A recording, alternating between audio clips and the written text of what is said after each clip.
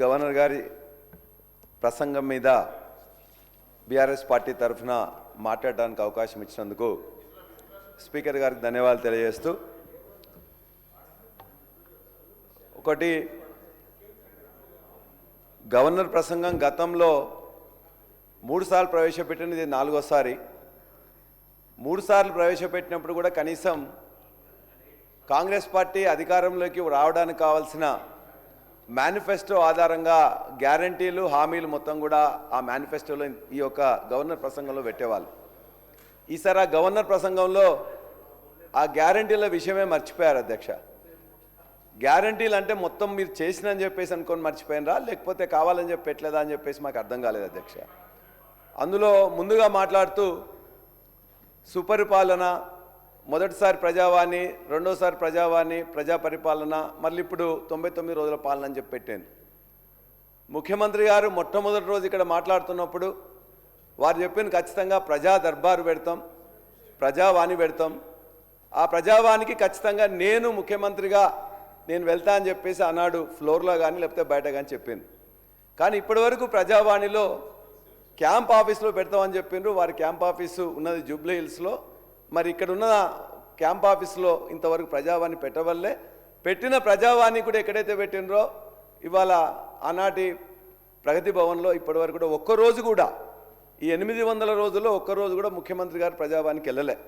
వారు చెప్పిన మాటలనే వారు ఖచ్చితంగా పాటిస్తే ఆ ప్రజాసామాన్యానికి అందుబాటులో ఉండాల్సిన అవసరం ఉందని చెప్పి భావిస్తూ ఒక్కరోజు కూడా పోవడంలో అంతర్యమైందని చెప్పేసి నేను ఈ సభ ద్వారా అడుగుతా ఉన్నా.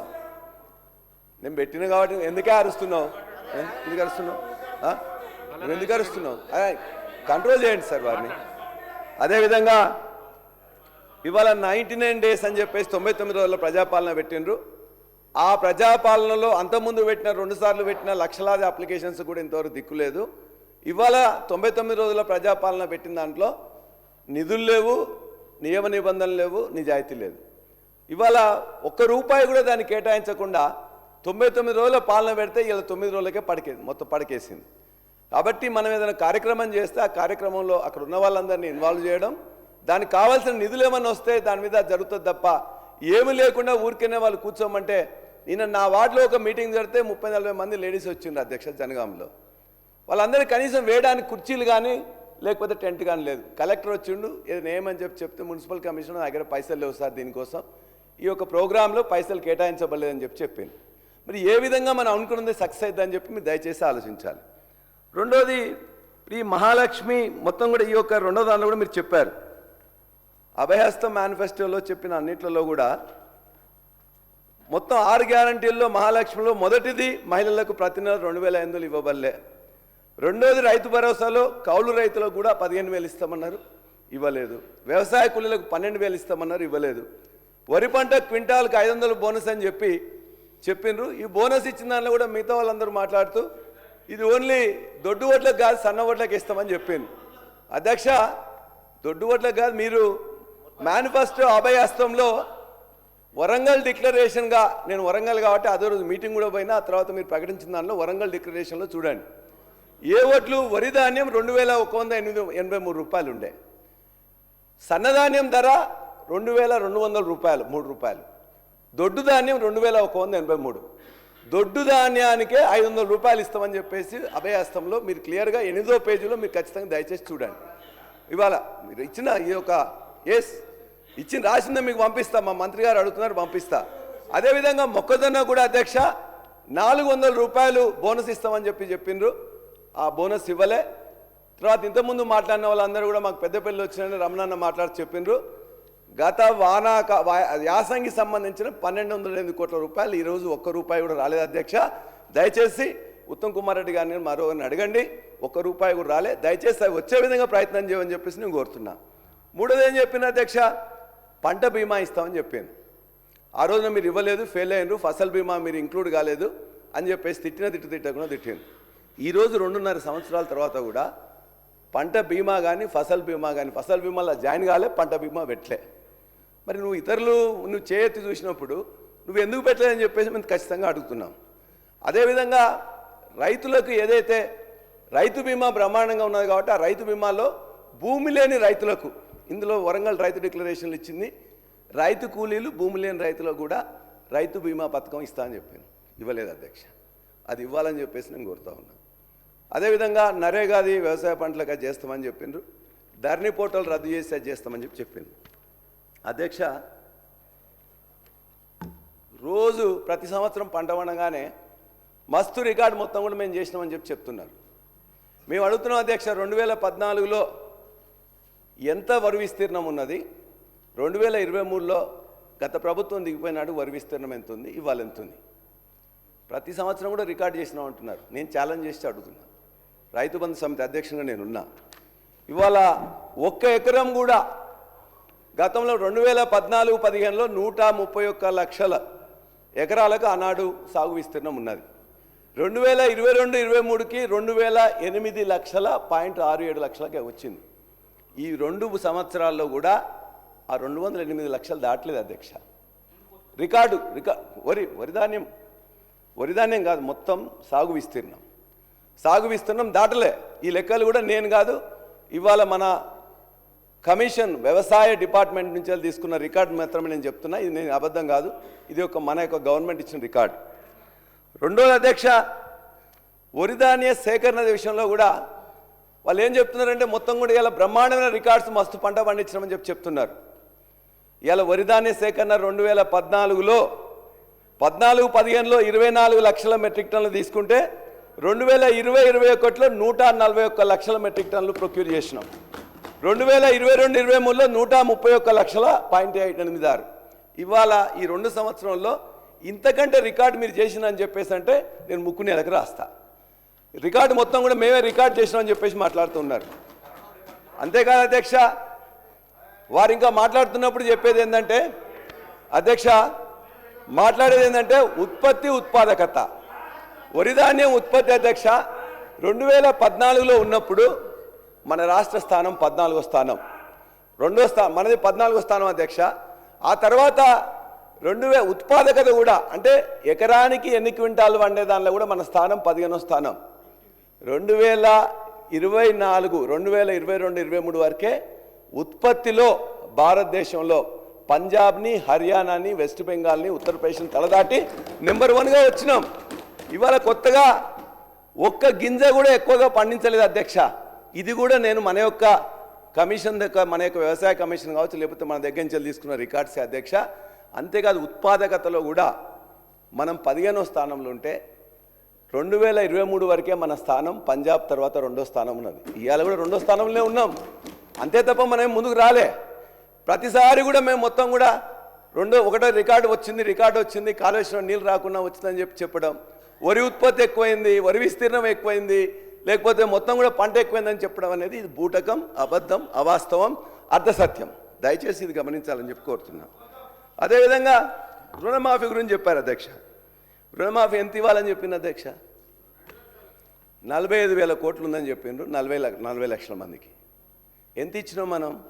20 లక్షల మందికి 20,600 కోట్లు ఇచ్చినాం. సరే, 21 లక్షల మందికి ఇచ్చినాం అనుకోండి. మనమే చెప్పినాం చాలా సార్లు. ఈ 45,000 కోట్లది ఏ విధంగా 20,000 కోట్ల తగ్గించింది? ఆ 20,000 కోట్లు కూడా ఎక్కడిచ్చినాం అధ్యక్ష? వానాకాలం 2024కి ఇవ్వాల్సిన 8,500 కోట్లు ఇవ్వలే. ఆ తర్వాత యాసంగి సంబంధించింది కూడా ఇవ్వలే. ఆ తర్వాత ఇప్పుడు కూడా ఇవ్వలే. మొత్తం మీద రైతు బంధు ఇవ్వాల్సిన 3 సార్లు ఎగబెట్టేసి 20,000 కోట్ల రూపాయలు ఇచ్చేసి నేను రైతు రుణమాఫీ చేసిన అని చెప్పేసి అంటే ఎట్లా అధ్యక్ష? రుణమాఫీ చేసిండ్రు, కానీ రుణమాఫీతో పాటు రైతు బంధు అయితే ఆపేసిండ్రు కదా. కాబట్టి రుణమాఫీ చేయడం అనేది కూడా అది మోసం, ఈ యొక్క రైతులను మోసం చేయడం తప్ప మరొకటి కాదు అధ్యక్ష. అంతేకాదు అధ్యక్ష, బోనస్ కూడా 1206 కోట్లు ఇవ్వాలి. ఇంకోటి చెప్తున్నారు, ఇవాళ కూడా 3 లక్షల రెవెన్యూ మినిస్టర్ గారు చెప్పిండ్రు, దరిదాపుగా 3,76,000 కొత్త పీపీబీలు ఇచ్చినామంటున్నారు. రైతు బంధు రేపు ఎల్లుండి వేస్తామని చెప్తుంటున్నారు. ఈ కొత్త పాస్బుక్లు వచ్చినాయంటే అంతకుముందు ఎవరైతే అమ్మినరో వాళ్ళ యొక్క పేరు తొలగించబడ్డాయి. మరి కొత్తగా వచ్చిన వాళ్ళందరినీ అందులో ఇంక్లూడ్ చేయాలి కదా. ఇప్పటిదానికి ఇంక్లూడ్ చేయడానికి అని చెప్పేసి వాళ్ళకి ఆర్డర్స్ ఇవ్వలే. అంతేకాదు రైతు బీమా సంబంధించింది కూడా ప్రతి సంవత్సరం కూడా ఒక 15 రోజులు ఎప్పుడైతే మనం చేస్తామో అప్పుడు 15 రోజులు అవకాశం ఇస్తాం. ఈ 3,76,000 మంది ఎవరైతే కొత్తగా పాస్బుక్లు సంపాదించిండ్రో వాళ్ళందరినీ కూడా అందులో ఇంక్లూడ్ చేయాల్సిన అవసరం ఉన్నది. పాస్బుక్లు అంటే రైతులు అంటేనే వానికి ఒక ఎకరం ఒక గుంట 2 గుంటలు ఎంతో కొని ఉంటాడు. వాళ్ళకి రైతు బీమా ఇవ్వాల్సిన అవసరం ఉన్నది. రైతు బీమా కోసం ఇంక్లూడ్ చేయలే, రైతు బంధు కోసం రైతు భరోసా అని చెప్తున్నావు, దానికి ఇంక్లూడ్ చేయలే. దయచేసి రేపు పొద్దున మీరు చేసే దాంట్లో ఈ 3,76,000 కొత్త పాస్బుక్లు ఎవరున్నాయో దాన్ని ఇంక్లూడ్ చేయాలని చెప్పేసి నేను మీ ద్వారా ఈ ప్రభుత్వాన్ని కోరుతున్నాను. అదేవిధంగా వ్యవసాయానికి మొత్తం కూడా మేము ఇంత డబ్బులు పెట్టినాం ఇది చేసినాం అని చెప్పేసి అన్నారు. అదేవిధంగా ఇందులోనే ఈ యొక్క గవర్నర్ ప్రసంగంలో మాట్లాడుతూ ఒక మాట చెప్పింది. ఏం చెప్పిండ్రు? 2004 జలయజ్ఞంలో తర్వాత ఆనాడు మొదలైన ప్రాజెక్టులన్నిటి కూడా పైసలు ఇస్తాం. 2024, 25 తర్వాత స్టార్ట్ అయిన వాటన్నిటి కూడా పైసలు ఇస్తాం. మరి 2014 నుంచి 2024 వరకు స్టార్ట్ అయిన ప్రాజెక్టులకు డబ్బులు ఇయ్యరా అధ్యక్ష? ఇందులోనే రాసిండ్రు ఇవాళ గవర్నర్ ప్రసంగంలో. అది కూడా చెప్తున్నాం అధ్యక్ష. అంటే 2023 నుంచి 2014 నుంచి 23 వరకు స్టార్ట్ అయిన అనేక ప్రాజెక్టులలో ఇవాళ రంగారెడ్డి పాలమూరు ఉన్నది, పాలమూరు రంగారెడ్డి ఉన్నది. ఇవాళ కాళేశ్వరంలో మిగిలిపోయిన ప్రాంతం ఉన్నది. అదేవిధంగా చాలా ఉన్నాయి. కాళేశ్వరంలో అనేక కాంపోనెంట్స్ ఉన్నాయి. దాంతోపాటు సీతారామ ప్రాజెక్టు కూడా ఉన్నది, చాలా ఉన్నాయి. అంటే 2014 నుంచి 2023 వరకు స్టార్ట్ చేసిన ప్రాజెక్టులకు పైసలు ఇస్తామని ఇందులో చెప్పలే. 2004లో జలయజ్ఞంలో స్టార్ట్ చేసిన మిగిలిపోయిన వాటికి పైసలు ఇస్తాం. అదేవిధంగా 2024-20లో స్టార్ట్ చేసిన ఏమున్నది అధ్యక్ష? ఒకటి కొడంగల్ది. దానికి ఎట్లయినా ముఖ్యమంత్రి గారిది కాబట్టి పైసలు ఇచ్చుకుంటారు. మరి మిగతా వాటన్నిటికి ఎట్లా ఇస్తారు అధ్యక్ష? ఇవాళ దేవాలయ ప్రాజెక్టు కూడా ఆనాడు స్టార్ట్ చేసినప్పుడు దాని యొక్క అంచనా వరంగల్ జిల్లా అందరూ కూడా తెలుసు. 5 లక్షలు మొత్తం కూడా వైఎస్ రాజశేఖర రెడ్డి గారు ముఖ్యమంత్రిగా ఉన్నప్పుడు 2014 వరకు ఇచ్చింది 47,000 ఎకరాలకు. కేసీఆర్ గారు వచ్చిన తర్వాత 15,000 కోట్లు మొత్తం పెట్టిన తర్వాత ఇవాళ 3,17,000 ఎకరాలకు వస్తుంది. ఇవాళ కొద్ది పైసలు అధ్యక్ష, మొత్తం కూడా సిస్టమ్ ఉన్నది. సమ్మక్క సారక్క బ్యారేజ్ ఉన్నది, 3 ఫేజ్లలో 10 పంపులు ఉన్నాయి. ప్రపంచంలోనే అత్యంత పెద్ద టన్నెల్ రామప్ప దగ్గర నుంచి ఉనికిచెర్ల దాకా ఆల్రెడీ రెడీగా ఉన్నది. రిజర్వాయర్లు ఉన్నాయి.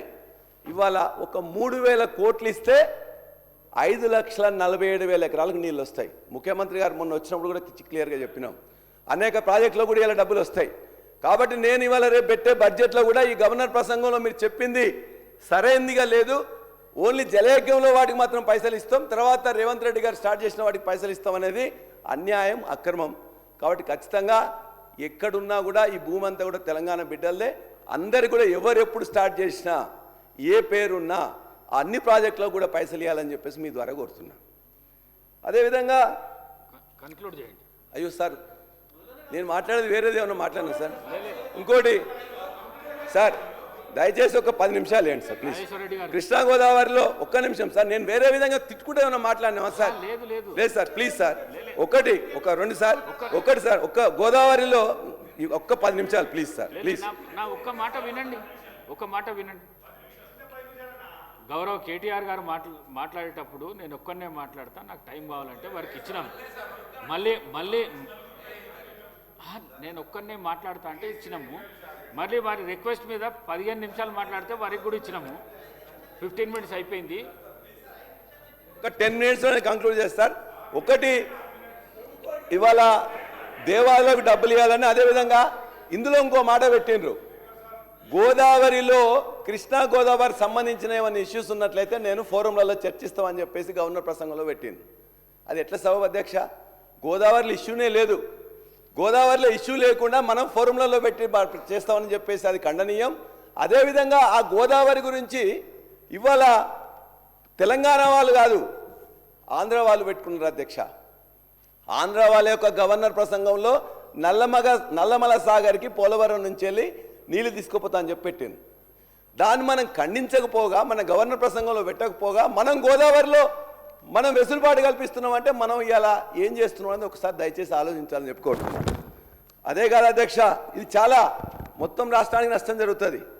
అంటే నేను అడిగేది ఒకటే, ఒక్క రూపాయి ఇవ్వకుండా, ఒక్క ప్రాజెక్ట్ కంప్లీట్ చేయకుండా, కొత్త ప్రాజెక్ట్ ఓపెన్ చేయకుండా, అదనపు ఇవ్వకుండా కొత్తగా ఏ విధంగా వరి ధాన్యం పెరుగుతుంది?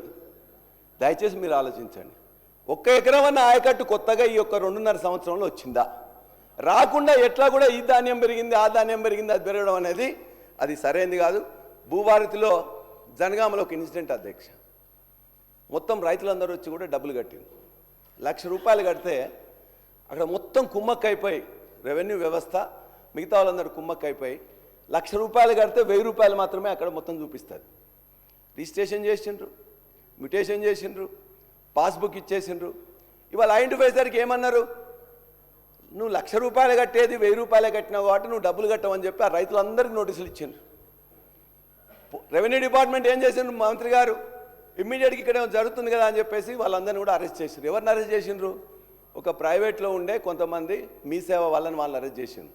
కానీ అది ఎవరు రిజిస్ట్రేషన్ చేసిన అధ్యక్ష, ఎంఆర్ఓ గారు స్వయంగా 1,00,000 రూపాయల బదులు 1,000 రూపాయలు కట్టిండు.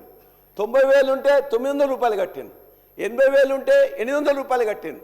ఈ విధంగా ఒకటే కాదు, జనగామ కానీ మొత్తం దేవరకొండ కానీ మహబూబ్నగర్ కానీ వందలాది కేసులు, వేలాది కేసులు, వందల కోట్ల రూపాయలు జరిగింది.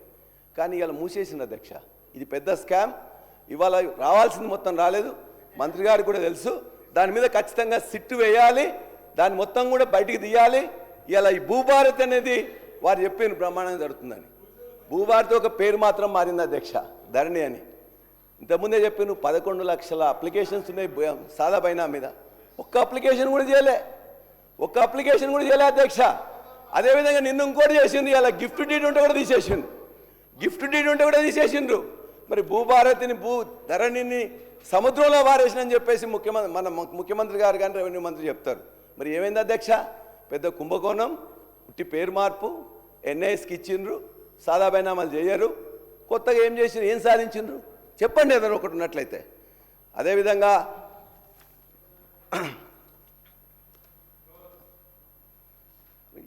యూరియా గురించి కూడా ఇవాళ యాప్లు పెట్టిండ్రు.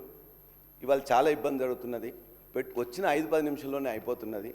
కాబట్టి దాన్ని మళ్ళీ మీరు ఆలోచించి వేరే విధంగా చేయాలని నా కోరిక.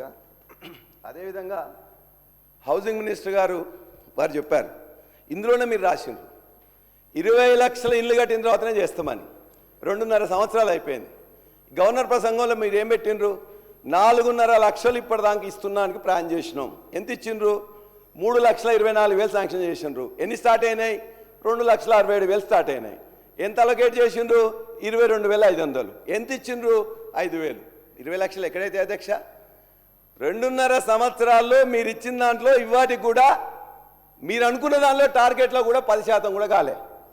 మరి మిగతా 90% వచ్చే 2 సంవత్సరాలు అయిపోద్ది అధ్యక్ష. ఇల్లదే మేము అడుగుతున్నాం, మీరు ఇచ్చిన దాంట్లో అదిగా అధ్యక్ష. మంత్రి గారికి మేము చెప్తున్నాం, మంత్రి గారికి ఇక్కడ మంత్రి గారు ఉన్నారు కాబట్టి సార్ ఇంకో సమస్య ఇందులో L1, L2, L3 వచ్చింది అధ్యక్ష. L1, L2, 3లో ఏమవుతుందంటే వాళ్ళు అక్కడ పోయిన తర్వాత ఇల్లు లేని వాళ్ళు కిరాయికి ఉంటే కిరాయి వాళ్ళు ఒకవేళ వేరే పక్కా భవనం ఉంటే ఆ ఫోటో తీసుకొని ఇబ్బంది అవుతున్నది. మంత్రి గారికి రివ్యూ చెప్పినాం. ఇంతవరకు పంచాయత్ సెక్రటరీ పోతే ఏఈ ఇవ్వమంటాడు, ఏఈ దగ్గర పోతే పీడీ ఇవ్వమంటాడు, పీడీ దగ్గర పోతే కలెక్టర్ దగ్గర ఇవ్వమంటాడు, కలెక్టర్ దగ్గర పోతే పైన గౌతమ్ కుమార్ ఎండి దగ్గర ఇవ్వమంటాడు. ఆయన ఉంటాడు గవర్నమెంట్ పాలసీ అంటాడు. మంత్రి గారు కూడా దృష్టికి తీసుకొచ్చినాం. L1 అయినా L2 అయినా L3 అయినా మీరు ఇచ్చిన లెటర్ తీసుకొని వాళ్ళు ఇల్లు కట్టుకుంటే బిల్లు వేయకుండా మొత్తం కూడా ఇదే పర్మనెంట్ ఉందని చెప్పేసి ఇప్పుడు ఆపడం కరెక్ట్ కాదు. మీరు శాంక్షన్ ఇస్తే శాంక్షన్ ఇచ్చిన వాళ్ళకి ఇవ్వండి. కాబట్టి ఈ విధంగా 20 లక్షలు టార్గెట్ పెట్టుకొని 2 లక్షలు స్టార్ట్ చేయకుండా 5,000 రూపాయలు 5,000 కోట్లు ఇవ్వకుండా మొత్తం కూడా పెద్దగా చెప్పడం అనేది సరైనది కాదు. దీన్ని ఖచ్చితంగా మీరు దయచేసి ఆలోచించాలని కోరుతున్నాం. ఎడ్యుకేషన్ గురించి కూడా ఇవాళ గవర్నమెంట్ ఎడ్యుకేషన్ స్కూల్స్ మొత్తం కూడా మూతపడుతున్నాయి అధ్యక్ష. 16 లక్షల మంది విద్యార్థులు మాత్రమే ఉన్నారు. 1/3 విద్యార్థులు గవర్నమెంట్లో ఉంటే 2/3 ఇలా ప్రైవేట్లో ఉన్నారు. ఇవాళ నేను ప్రైవేట్ కాలేజ్ ఉంటే అది ఉంటుందా మీరు మాట్లాడండి. ఇవాళ మేము చెప్తున్నాం అధ్యక్ష, ఈ రాష్ట్రంలో ఇంటర్మీడియట్ ఎడ్యుకేషన్ కానీ హైయర్ ఎడ్యుకేషన్ కానీ స్కూల్ ఎడ్యుకేషన్ కానీ గవర్నమెంట్ వ్యవస్థ మొత్తం కూడా ఇలా కంప్లీట్ బంద్ అయింది. ఇవాళ ఒక సెల్ఫ్ స్టైల్ ఒక ఆయన ఒక మేధావిని పెట్టింది. మీరు స్వయం ప్రకటిత మేధావిని ఒకరిని పెట్టేసి ఆ స్కూల్స్ అన్నిటి కూడా పూర్తిగా ఖతం చేయడానికి ఇలా మొత్తం కూడా జీతాలు ఎక్కువ ఉన్నాయంట, కాంట్రాక్ట్ బేసిస్ మీద ఉండాలంట, ప్రమోషన్స్ ఉండొద్దంట, ట్రాన్స్ఫర్స్ ఉండొద్దంట. మొత్తం టీచర్స్ ఇలా ఆందోళనకు గురవుతున్నారు. దయచేసి ఇది ముఖ్యమంత్రి గారి మనోఫలకం నుండి వచ్చిందా లేకపోతే ఈ స్వయం ప్రకటిత మేధావి యొక్క ఆలోచన, దయచేసి ఆలోచించి కరెక్షన్ చేసుకోమని. అదేవిధంగా మేము ఒకటే ఛాలెంజ్ చేసి చెప్తున్నాం అధ్యక్ష. ఇంతకుముందు సాంబశివరావు గారు కూడా చెప్పింది, ఇవాళ ఇక్కడ ఉన్న దాంట్లో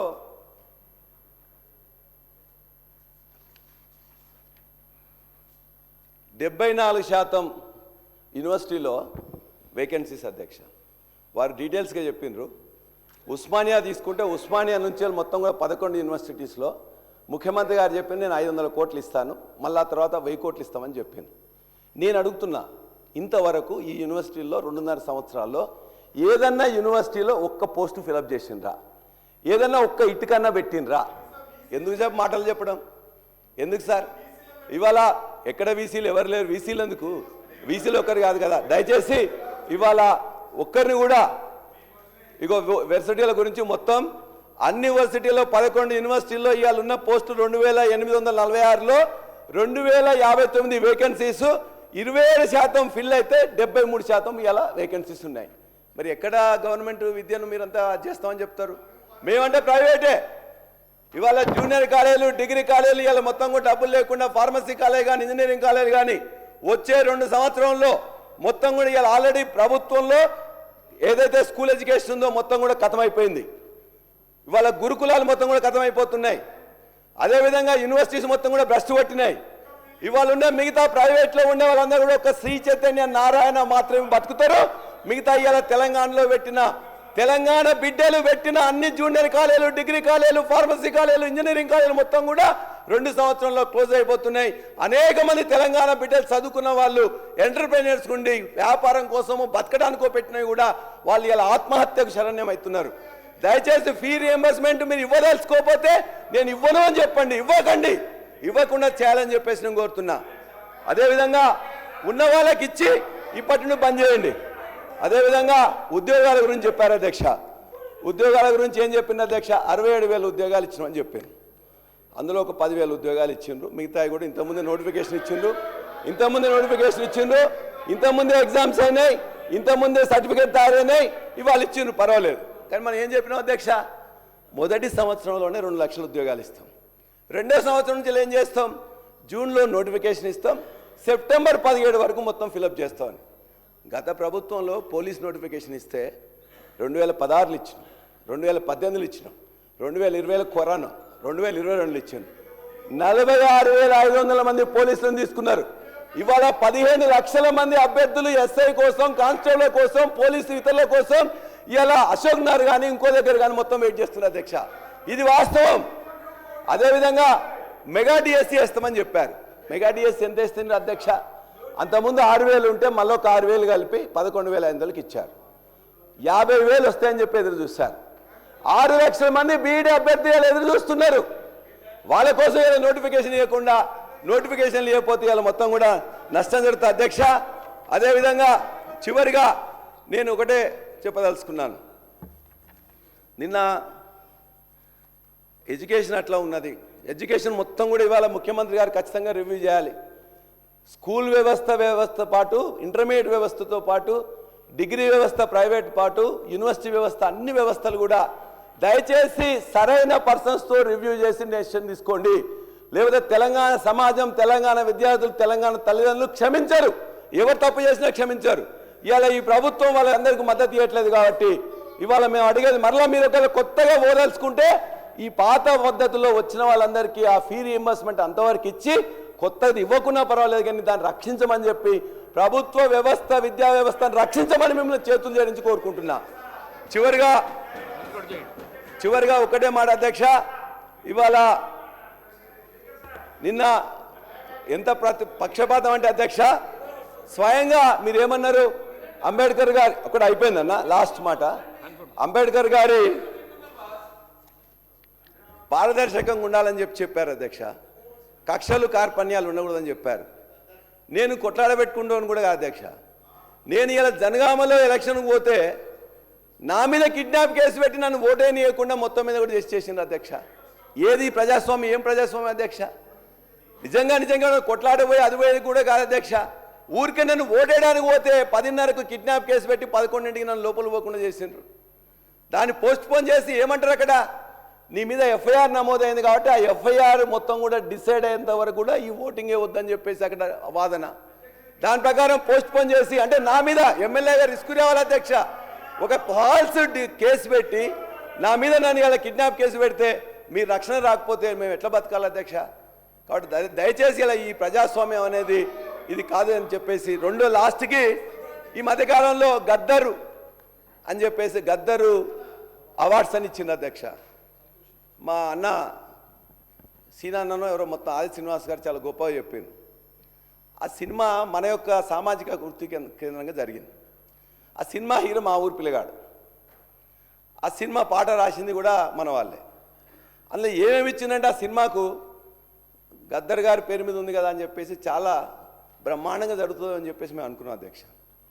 ఉత్తమ సినిమా దానికే ఇచ్చిండ్రు, ఉత్తమ దర్శకుడు అక్కడే ఇచ్చిండ్రు, ఉత్తమ ప్రతినాయకుడు అక్కడే ఇచ్చిండ్రు, ఉత్తమ గాయకుడు అనురాగ్ కులకర్ణి ఇచ్చిండ్రు. ఇంకెవరు మిగిలిపోయిన అధ్యక్ష? ఒక హీరో, అదేవిధంగా ఇది ఒక సింగర్, లిరిక్స్ రైటర్. మీటింగ్ పెట్టిండ్రు. మీటింగ్ పెట్టిన తర్వాత వాళ్ళకు కూడా ఉత్తమ లిరిక్స్ అది బాగా ఇచ్చిండ్రు. ఆ పాట కూడా అద్భుతమైన పాట అధ్యక్ష. మొత్తం కూడా ఇలా ఒక 100 మిలియన్స్ వ్యూస్ ఉన్నాయి. ఆ పాట కూడా ఏముందంటే, రాజ్యమేదు లేదు కానీ రాణిలాగా చూసుకుంటా, కోటగట్టలేను కానీ కళ్ళల్లో నిన్నే దాచుకుంటా అని చెప్పేసి మన ఉద్యమకారుడు, తెలంగాణ ఉద్యమకారుడు, మాజీ ఇంతకుముందు వామపక్షవాది, దళితవాది, బ్రహ్మాండమైన రాస్తే ఇదే 4 లైన్లతో నా సినిమా హిట్ అయింది అధ్యక్ష. సినిమా హిట్ అయితే సినిమాలో ఉండే 5గురికి ఇస్తారు, ఆంధ్ర వాళ్ళకి ఇస్తారు. తెలంగాణ బిడ్డలైన హీరో కానీ ఆ మిట్టపల్లి సురేంద్ర అని చెప్పేసి వారికి కూడా తెలుసు, ముఖ్యమంత్రి గారికి కూడా తెలుసు. ఏం జరిగిందంటే అధ్యక్ష, ఆయనే జనగామ వచ్చేటప్పుడు మా వరంగల్ బిడ్డ, వెలిశాల బిడ్డ, ఆయనకు వస్తున్నప్పుడు జనగామ ఏమైనా ఎలక్షన్ టైం వస్తే రారా అంటే అన్న అని చెప్పేసి అంటే వచ్చిండు.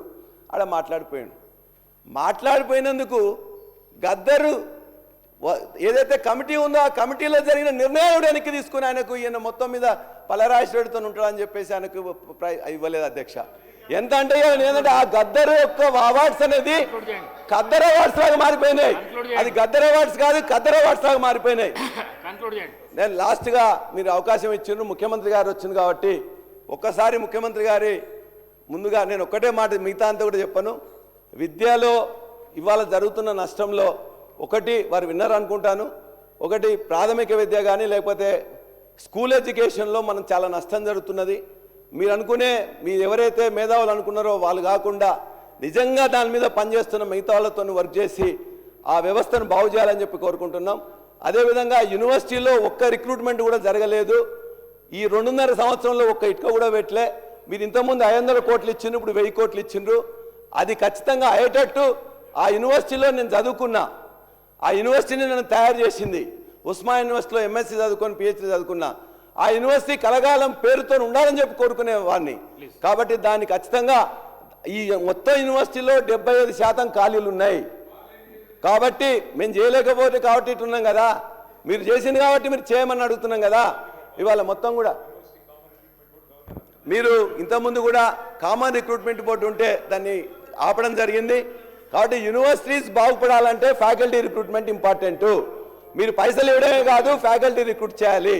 ఫ్యాకల్టీ లేదు కాబట్టి ఆ విద్యా వ్యవస్థను బాగు చేయడానికి ముఖ్యమంత్రి, ఎందుకంటే వారు విద్యాశాఖ మంత్రిగా ఉన్నారు కాబట్టి దాని మీద ఖచ్చితంగా శ్రద్ధ తీసుకొని మంచి వాళ్ళతో రివ్యూ చేసి ఈ యొక్క విద్యా వ్యవస్థను బాగుపడే విధంగా చేయాలని చెప్పేసి, ఏదైతే ప్రజాస్వామ్య పోకడలు ఉండాలని చెప్పేసి కోరుతూ ఈ అవకాశం ఇచ్చినందుకు మీకు ధన్యవాదాలు. సెలవు. జై తెలంగాణ.